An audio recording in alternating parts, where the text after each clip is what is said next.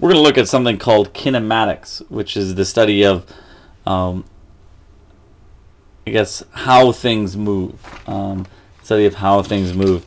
And a couple of things. Well, I know I defined them in class, but just so I can define some of the equations that you need to know for this unit.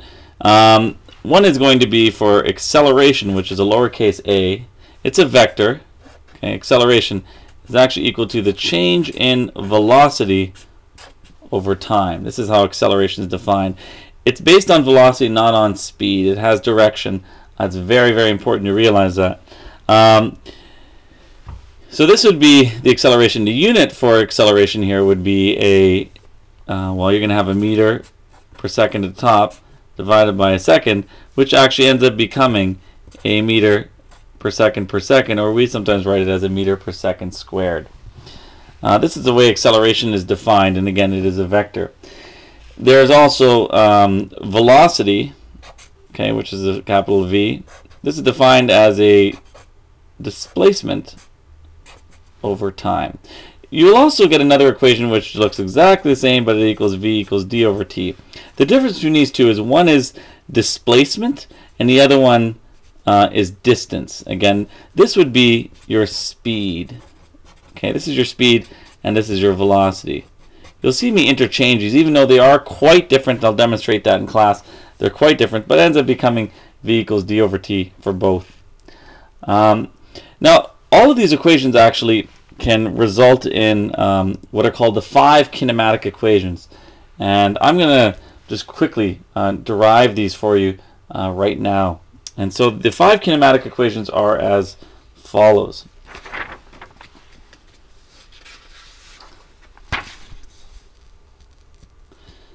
And these are what are called the 5 kinematic equations. And they actually all come from the previous two I just wrote. So I'm going to just write the previous two again. And A equals change in V over T. I'm going to leave out the arrows for the vectors. But A equals change in V over T. And I'm going to rewrite this as, well, change in V is really VF minus VI all over T, assuming constant acceleration. So A equals VF minus VI over T. We also get V is equal to D over T. But realize this is really just like an average velocity. So if I take average, how do we calculate the average again? Well, average is calculated by doing half of VF plus VI. In other words, half of whatever the initial plus the final. When you average this, this will give me D over T. I'm going to rewrite this one more time and just say, well, D is equal to half VF plus VI times T. And these are two very important equations here. This one is actually the first of the kinematic equations. Don't memorize the order of these, but this would be the first. Half VF plus VI times T. And they also memorize it by multiplying the T across. So if I take this one here and multiply the T across, I'm going to get here VF is equal to VI, I'm moving the VI over, plus AT. Here's your second equation. VF equals VI plus AT, and D equals a half VF plus VI times T. From these two, we can actually come up with the other 3 kinematic equations.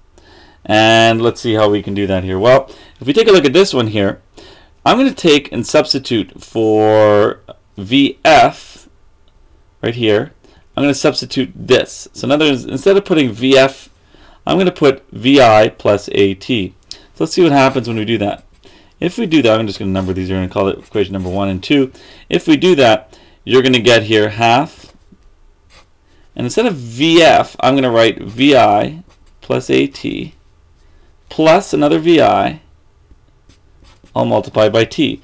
Well, these two VI's can add up. And I'm going to get here that this is equal to half 2VI plus AT all multiplied by T. Now I'm going to bring the half through here. And this is going to cancel, so you're going to end up getting here, and I'm going to multiply the T. So if I bring these both in, 2 times a half is going to be 1, VI times T. So you're going to get VI times T plus 1 half AT times T, which is T squared. This ends up being your third